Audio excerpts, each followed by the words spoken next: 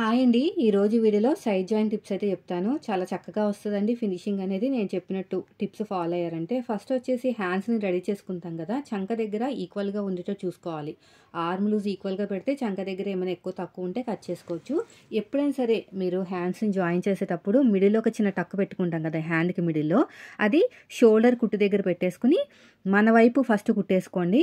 మళ్ళీ బ్లౌజ్‌ని ఉల్టా తిప్పేసుకొని ఇంకో సైడ్ కూడా స్టిచ్ వేసుకోండి. అలా మీరు సెపరేట్‌గా ఫ్రంట్‌కి, బ్యాక్‌కి జాయిన్ చేసుకున్నారంటే ఫినిషింగ్ అనేది నీట్‌గా వస్తదనమాట. ముడతలు రావడాలు అవేం జరగవు. ఇలా ఫస్ట్ నుంచి లాస్ట్ వరకు ఇంకొక స్టిచ్ అయితే వేసేసుకోండి. చూడండి నేను ఎలాగైతే చూపిస్తున్నానో అలాగా. చూసారు కదా! ఇలా నీట్‌గా స్టిచ్ చేసుకుంటూ వెళ్ళిపోవాలి. చూడండి ఎలాగైతే స్టిచ్ చేస్తున్నానో అలాగా. వీడియో నచ్చితే లైక్ చేయండి ఫ్రెండ్స్. మీరు మన ఛానల్ ఫస్ట్ టైం చూస్తే మాత్రం సబ్స్క్రైబ్ చేయండి. మళ్ళీ ఫస్ట్ నుంచి లాస్ట్ వరకు ఇంకొక స్టిచ్ అయితే వేసేసేయండి. ఇలా మొత్తం కూడా. ఇలా మొత్తం నీట్‌గా స్టిచ్ చేసుకుంటూ వెళ్ళిపోవాలి. అయిపోయిందండి. రెండో హ్యాండ్ కూడా అలా విధంగా స్టిచ్ చేసేసుకోండి. ఇప్పుడు సైడ్ జాయిన్ చేసేద్దాము. సైడ్ జాయిన్ చేసేటప్పుడు హ్యాండ్ లూజు బ్యాక్ పార్ట్ నుంచి మాత్రమే చేయాలి. ఫ్రంట్ పార్ట్ నుంచి చేయకూడదు. హ్యాండ్ లూజు, ఆర్మ్ లూజు, నడుము లూజు ఈ మూడింటిని కలుపుకుంటూ వెళ్ళిపోవాలి. హ్యాండ్ లూజు, ఆర్మ్ లూజు, నడుము లూజు ఈ మూడింటిని కలుపుకుంటూ వెళ్ళిపోతేనే పర్ఫెక్ట్గా వచ్చేస్తుంది ఫిట్టింగ్ అనేది. హ్యాండ్ లూజు, ఆర్మ్ లూజు, నడుము లూజు ఇలా రఫ్ ఇచ్చేసేయండి. రఫ్ ఇచ్చిన తర్వాత వచ్చేసి పైన షోల్డర్ కుట్టు దగ్గర నుంచి మనం తీసుకున్న ఆది బ్లౌజ్ కూడా పైన షోల్డర్ కుట్టు దగ్గర నుంచి ఉల్టా తిప్పేసుకోవాలండి. బ్యాక్ పార్ట్ నుంచి మాత్రమే సైడ్ జాయిన్ చేయాలి. ఫ్రంట్ పార్ట్ నుంచి చేస్తే మాత్రం ఫిట్టింగ్ రాదు. ఎందుకంటే ఫ్రంట్ పార్ట్లో లో తీస్తాం కదా, పర్ఫెక్ట్గా రాదనమాట. సో అయిపోయింది. ఇలా స్ట్రేట్గా స్టిచ్ చేసుకుంటూ ఇలా వెళ్ళిపోండి. ఇలా వెళ్ళిపోయిన తర్వాత మళ్ళీ నడుము లూజ్ ఉంది కదా, అక్కడ కరెక్ట్గా పట్టేసుకోండి. ఇలా పట్టేసుకుని ఇలా స్ట్రేట్గా లైన్ వేసేసేయండి. ఇలా స్ట్రేట్గా ఇక్కడ రఫ్ ఇచ్చేసేయండి. మళ్ళీ ఉల్టా తిప్పేసుకుని ఇంకొక స్టిచ్ అయితే వేసేసేయండి. ఇలా ఇంకొక స్టిచ్ అనేది వేసేసుకోండి. మొత్తానికి 3 స్టిచెస్ అండి.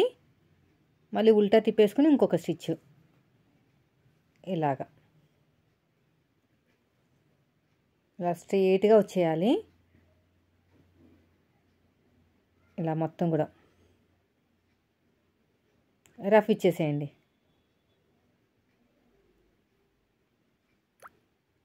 ఎగస్ట్ ఉన్న క్లాత్ని నీట్గా కట్ చేసేయండి. ఇలా మొత్తం కూడా అంతే.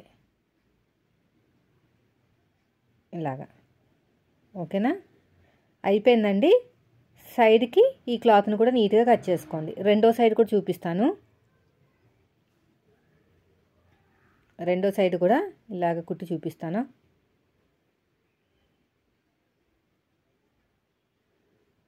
రెండోది కూడా ఇలాగ సగం కింద ఇలా ఫోల్డ్ చేసేసుకుని హ్యాండ్ లూజు, తర్వాత ఆర్మ్ లూజు తీసేసుకోవాలి. ఇలాగ ఆర్మ్ లూజ్ కూడా అంతే. చూడండి, హ్యాండ్ లూజు, ఆర్మ్ లూజు, నడుము లూజు ఈ మూడింటిని కలుపుకుంటూ వెళ్ళిపోవాలి. ఇక్కడ కూడా అంతేనండి.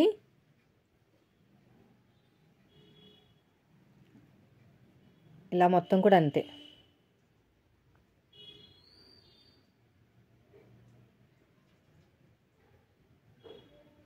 ఇలా స్ట్రెయిట్గా స్టిచ్ చేసుకుంటూ వెళ్ళిపోవాలి.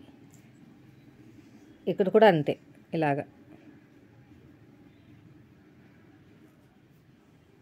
చూడండి, ఇలా స్ట్రెయిట్గా.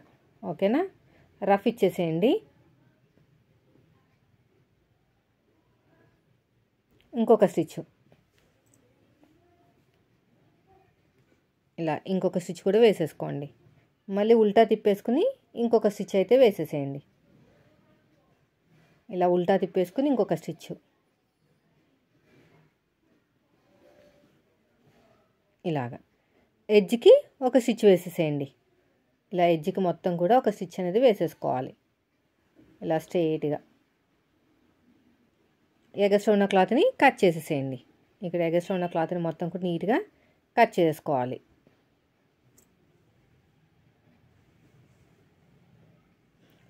అయిపోయిందండి. చూసారా ఎంత సింపుల్గా అయిపోయిందో సై జాయింట్ అనేది. సో మీరు కూడా నేను చెప్పినట్టు కట్ చేసి స్టిచ్ చేసుకున్నారంటే ఖచ్చితంగా మంచి ఫినిషింగ్ అయితే వస్తుంది. వీడియో నచ్చితే లైక్ చేయండి. Thank you for watching.